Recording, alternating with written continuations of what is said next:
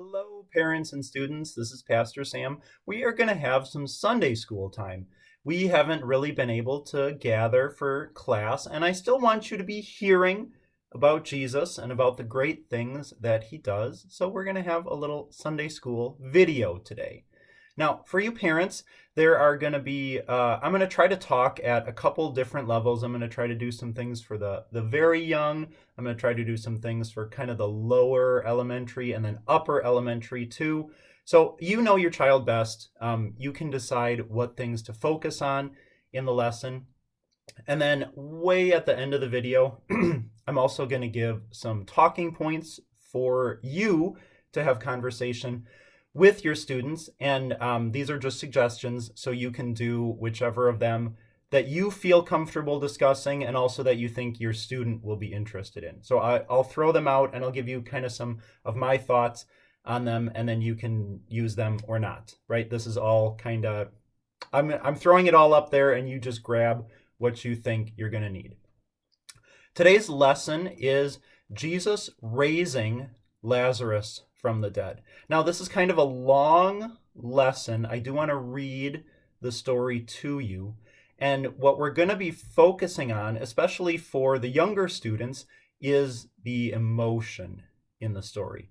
There's going to be some different emotions. People are going to be feeling different things. And so we're going to be talking about those feelings. And as we get higher up in age, we're going to start to talk about what's behind those feelings.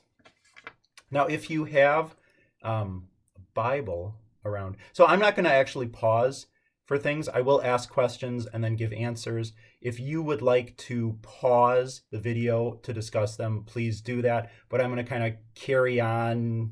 I don't know the best way to do this, but we're gonna press on. You'll need a Bible and maybe some paper for the youngsters, some crayons too. We're gonna do some coloring, and then paper and pencil, I think, for some of our middle and older students. Open your Bible to John chapter 11. I'm going to start reading at verse 1. Now a certain man was ill, Lazarus of Bethany, the village of Mary and her sister Martha. It was Mary who anointed the Lord with ointment and wiped his feet with her hair, whose brother Lazarus was ill.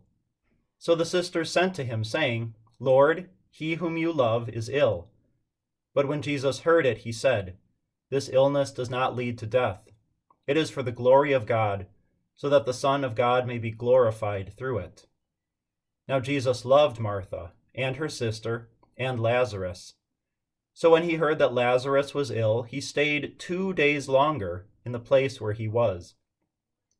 Then after this he said to the disciples, Let us go to Judea again.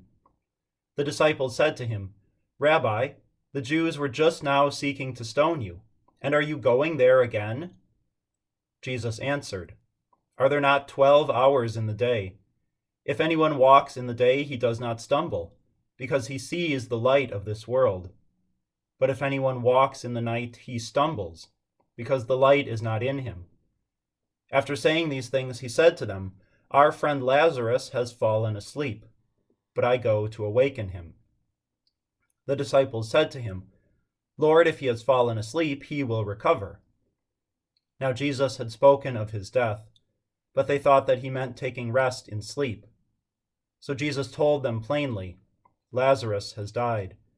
And for your sake I am glad that I was not there, so that you may believe. But let us go to him. So Thomas, called the twin, said to his fellow disciples, Let us also go, that we may die with him. Now when Jesus came, he found that Lazarus had already been in the tomb 4 days. Bethany was near Jerusalem, about 2 miles off, and many of the Jews had come to Mary and Martha to console them concerning their brother. So when Martha heard that Jesus was coming, she went and met him, but Mary remained seated in the house. Martha said to Jesus, Lord, if you had been here, my brother would not have died. But even now I know that whatever you ask from God, God will give you. Jesus said to her, Your brother will rise again. Martha said to him, I know that he will rise again in the resurrection on the last day. Jesus said to her, I am the resurrection and the life. Whoever believes in me, though he die, yet shall he live. And everyone who lives and believes in me shall never die. Do you believe this?" She said to him, "Yes, Lord. I believe that you are the Christ, the Son of God, who is coming into the world." When she had said this, she went and called her sister Mary, saying in private, "The teacher is here, and is calling for you." And when she heard it, she rose quickly and went to him. Now Jesus had not yet come into the village, but was still in the place where Martha had met him. When the Jews who were with her in the house, consoling her, saw Mary rise quickly and go out, they followed her, supposing that she was going to the tomb to weep there. Now when Mary came to where Jesus was and saw him, she fell at his feet, saying to him, "Lord, if you had been here, my brother would not have died." When Jesus saw her weeping, and the Jews who had come with her also weeping, he was deeply moved in his spirit and greatly troubled. And he said, "Where have you laid him?"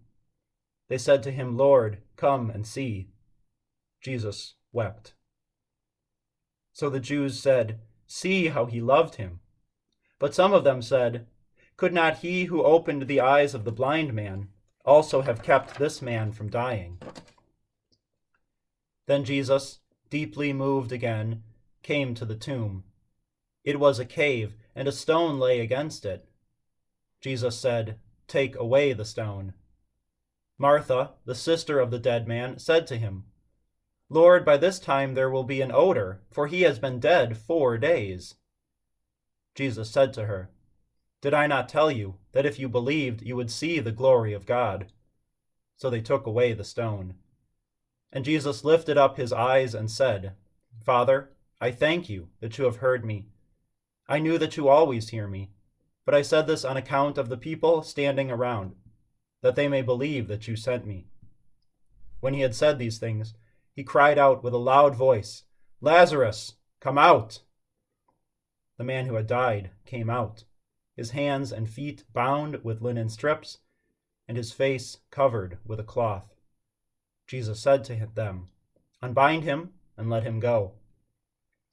Many of the Jews, therefore, who had come with Mary and had seen what he did, believed in him.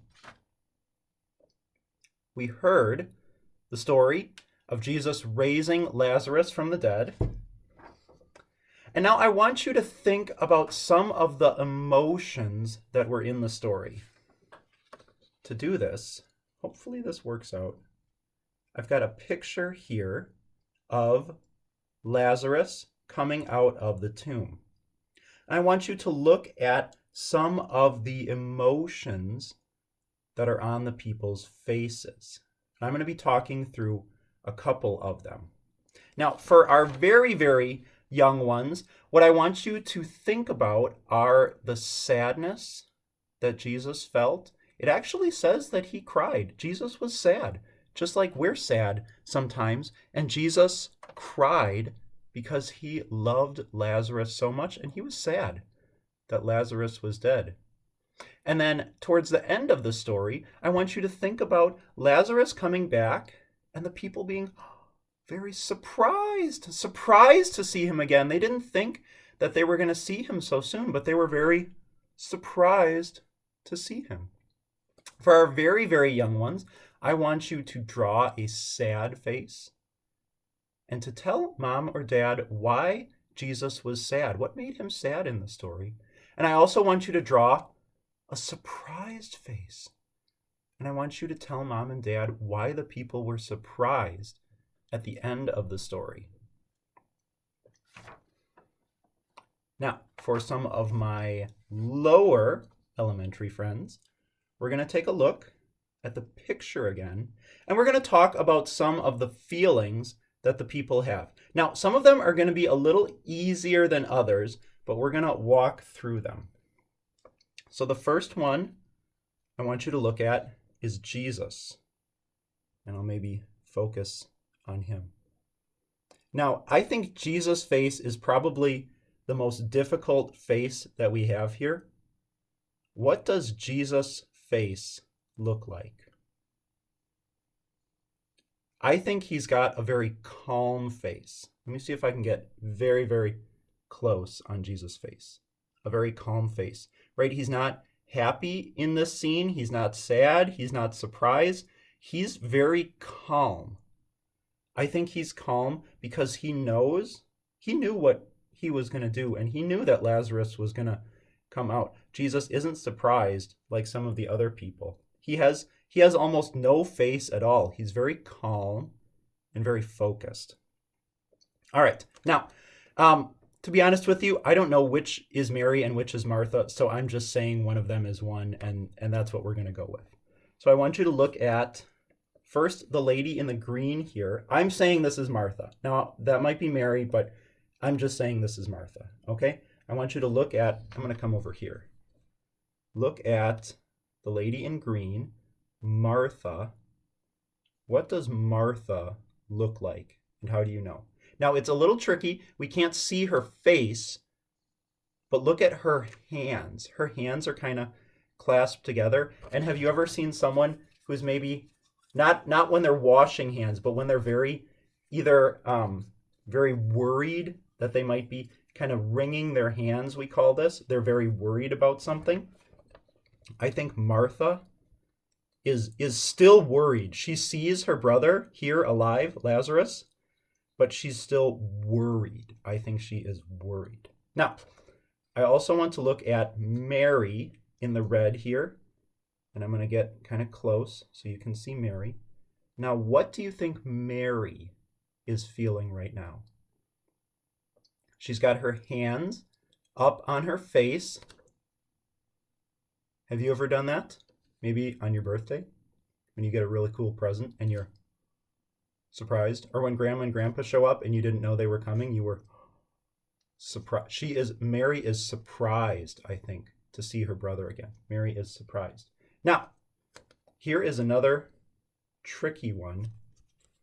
I'll try to get, I don't know if this is going to come through so well. Okay, Lazarus is who I want to talk about next. Now, after Jesus, I think this is the trickiest face, because all we can see is one eye. But try to look at, all right, you're just going to have to trust me. I don't think it comes through so well. Lazarus, one eye is wide. He's got one wide. I think Lazarus is surprised too, because he was dead and he's alive now. So I think Lazarus has got, try to make an eye wide, like a surprised. I think Lazarus is surprised too. Yeah, it's hard to see. I can't make the picture any better, but it's hard to see here. Now, we've got a lot of other people in the picture. So I want you to take a look and see what are some emotions in the other people. Now, first one is the woman here. And you can see her hand is clasped together. Now, this isn't the wringing that Martha was doing of worry. And look at, you can see she's got a little bit of a smile. I think she's very happy. She's got her hands clasped together. I think she's very happy to see Lazarus again. So we've got some happy. Now, what about like this fella here? He's got his hands out.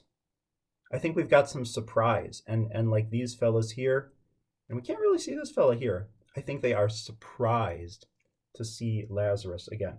Now, this is a good time to pause. What makes these people feel this way? So you think back on the story, and Mom and Dad, you might have to help. Let's talk about what makes Jesus feel calm and really not any sort of emotion. What makes Martha feel worried? What makes Mary surprised? And then Lazarus too. What makes Lazarus surprised? And then the people gathered around. What would make this woman happy? And what would make these people surprised? Okay, so that's something to talk about with Mom and Dad. I'm not going to answer that. That's a good thing for you to talk about with Mom and Dad. All right, now, for my friends in the upper elementary school, we are going to dig a little bit deeper because you guys are starting to understand these stories, and I want you to be thinking about them. So we're gonna look back in the Bible and do a little bit of reading in the Bible and try to to understand this story and what's going on in the back.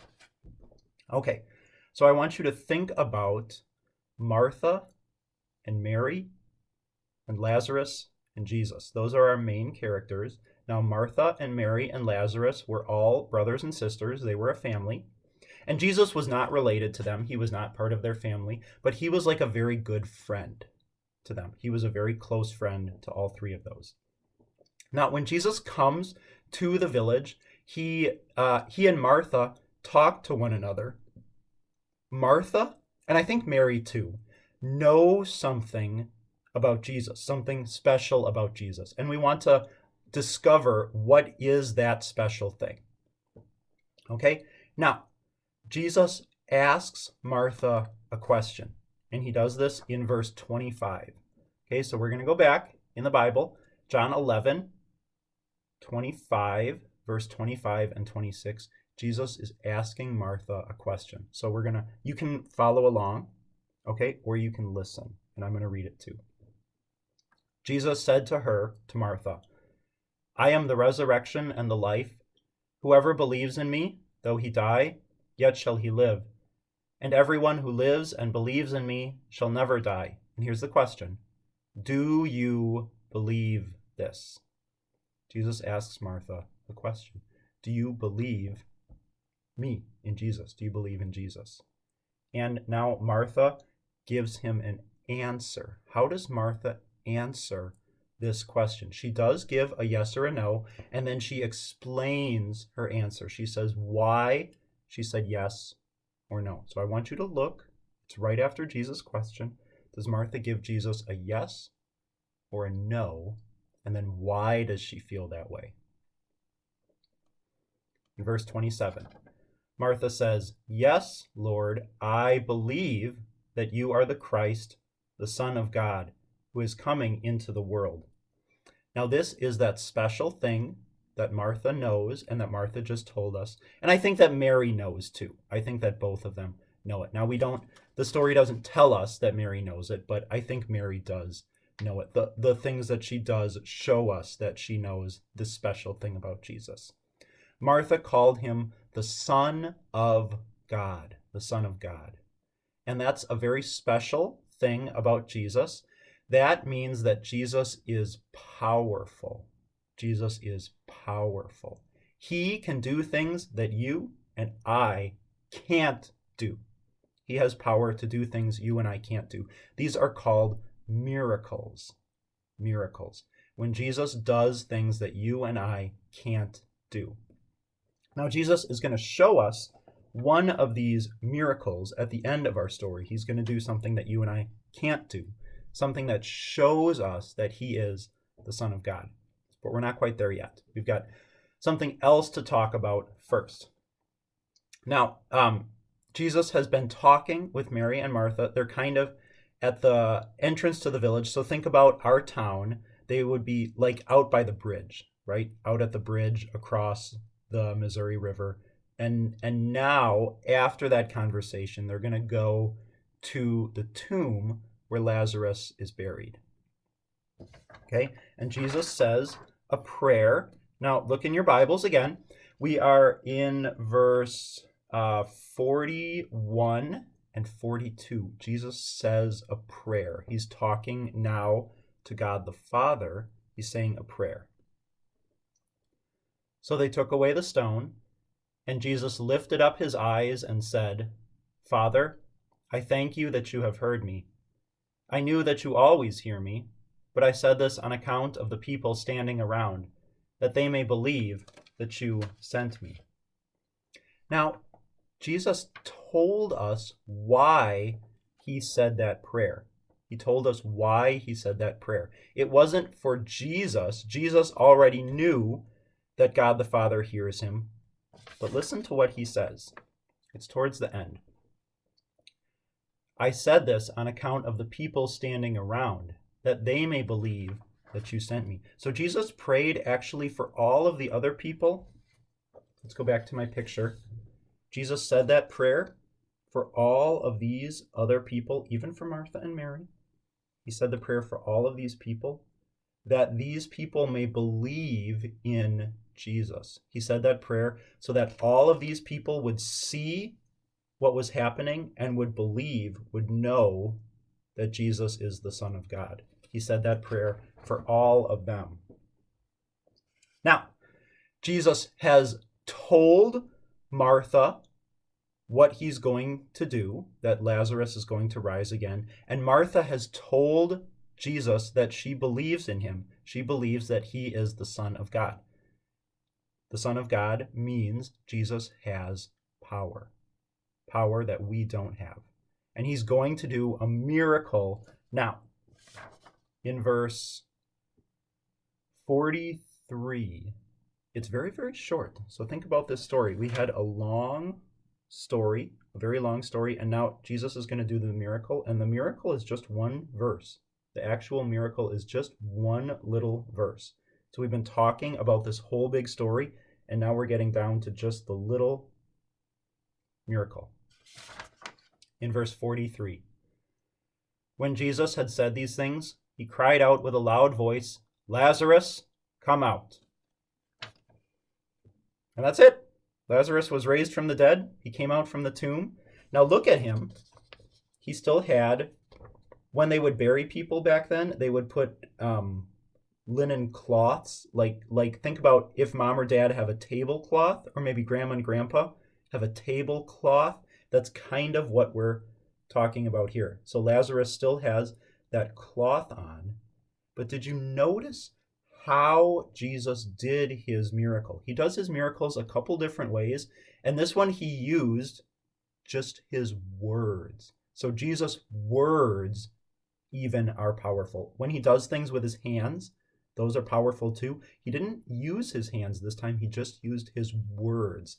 That is how powerful Jesus is. That is how powerful he is as the Son of God. He can use his words, and his words actually do things. Now, Jesus did this miracle to help Lazarus, definitely. But think about the last verse that I read, verse 45. He is also doing it for all of the people gathered around. So let's listen to verse 45. Many of the Jews, therefore, who had come with Mary and had seen what he did, believed in him.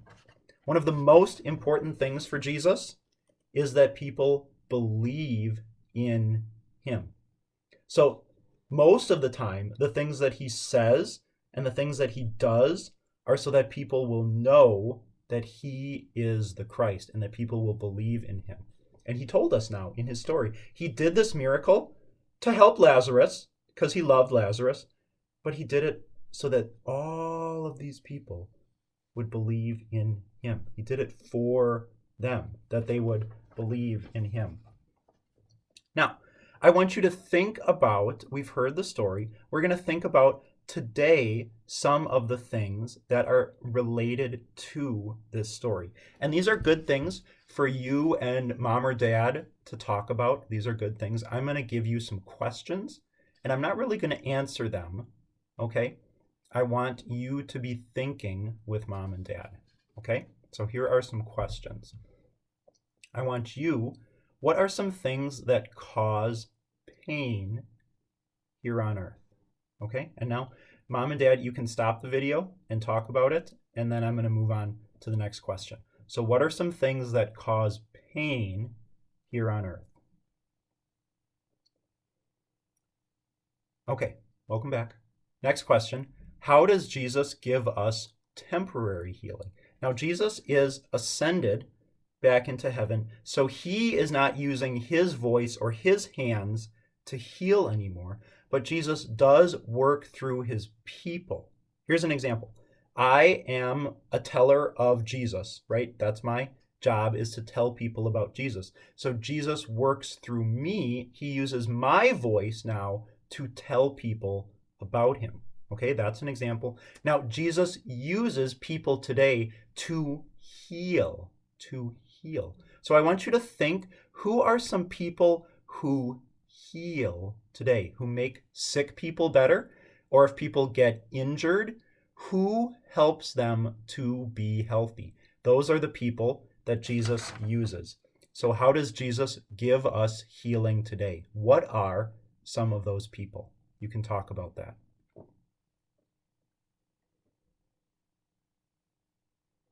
Okay, now I want you to think about Jesus gives us healing today, and he uses those people. He has also done this miracle to give us a promise. Now, when Jesus gives a promise, that means it's something he's going to do, and we know that he keeps his word. His promise is going to happen eventually. Jesus gives us a promise that just like Lazarus, we are going to rise from the dead too. We are going to rise from the dead too. All right. Now, parents, I've got some talking points for you to do if you want to dig a little deeper in the lesson, or if you want to keep talking with your kids. These are merely my suggestions. You can do none of them. You can do all of them. You know your student best, and you talk about what you're comfortable. You know what? I've said that I don't know some things, so it's okay for you to say that you don't know some things too. That's okay. We are always learning. I am always learning. I'm learning new things, and you can learn new things too. So it's okay to say that you don't know, because I say that I don't know sometimes. All right.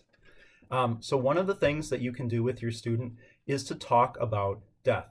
Now, I'll be honest with you. I know that some of you are not going to be comfortable doing this, and that's okay. I am comfortable talking about it with my children, and so I'm encouraging you to talk about what you are comfortable with. I know it's a very difficult subject, especially for children. I think that it is important that we talk to our children about death. So I'm going to give you maybe some talking points about it. Now, Jesus often compares death to sleep.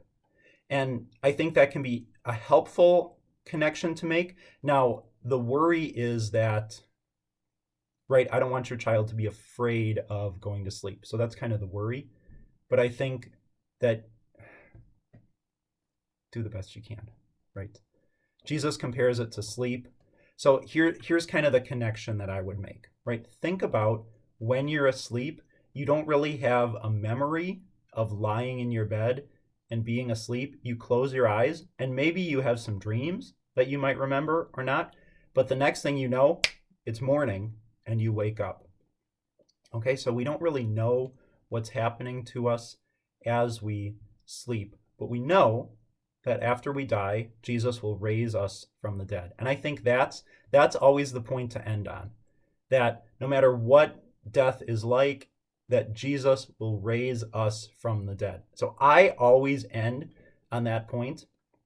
And when I ask, especially, I think Anna's starting to get it. She's about to be 6, so just kind of take that for what it is. She's starting to, I think, understand. She remembers this point, and I make sure that this is always how I end, is that after we are dead, Jesus will raise us from the dead. Okay? And now that she knows those words, she's starting to, I think, understand what that actually means. But that kind of helps, especially like when she comes and says, Mom or Dad, she comes to me and says, Dad, I'll miss you after you're dead. I'll be like, yeah, you will miss me after I'm dead, but what will Jesus do to me? And then she says, Jesus will raise you from the dead, right? So I'm connecting. I'm acknowledging her feelings that, yes, she will probably feel sad after I die. I'm not discounting her worry or denying her worry. I'm acknowledging her worry, and I'm telling her what Jesus will do in connection to that worry. He will raise me from the dead, and then after that, she and I will be alive together forever, right? So you can acknowledge their fear and then tell them what Jesus is going to do. And as they get older, I think they will come to understand the implications of that promise. Right now, I think she just understands the promise, but as she grows and her mind can understand these metaphysical concepts, that she will understand more fully what she can verbalize now. Okay, so that's my encouragement to you. All right, and here's the connection I would make. That think about going to sleep every night. The sun rises in the morning, and we wake up.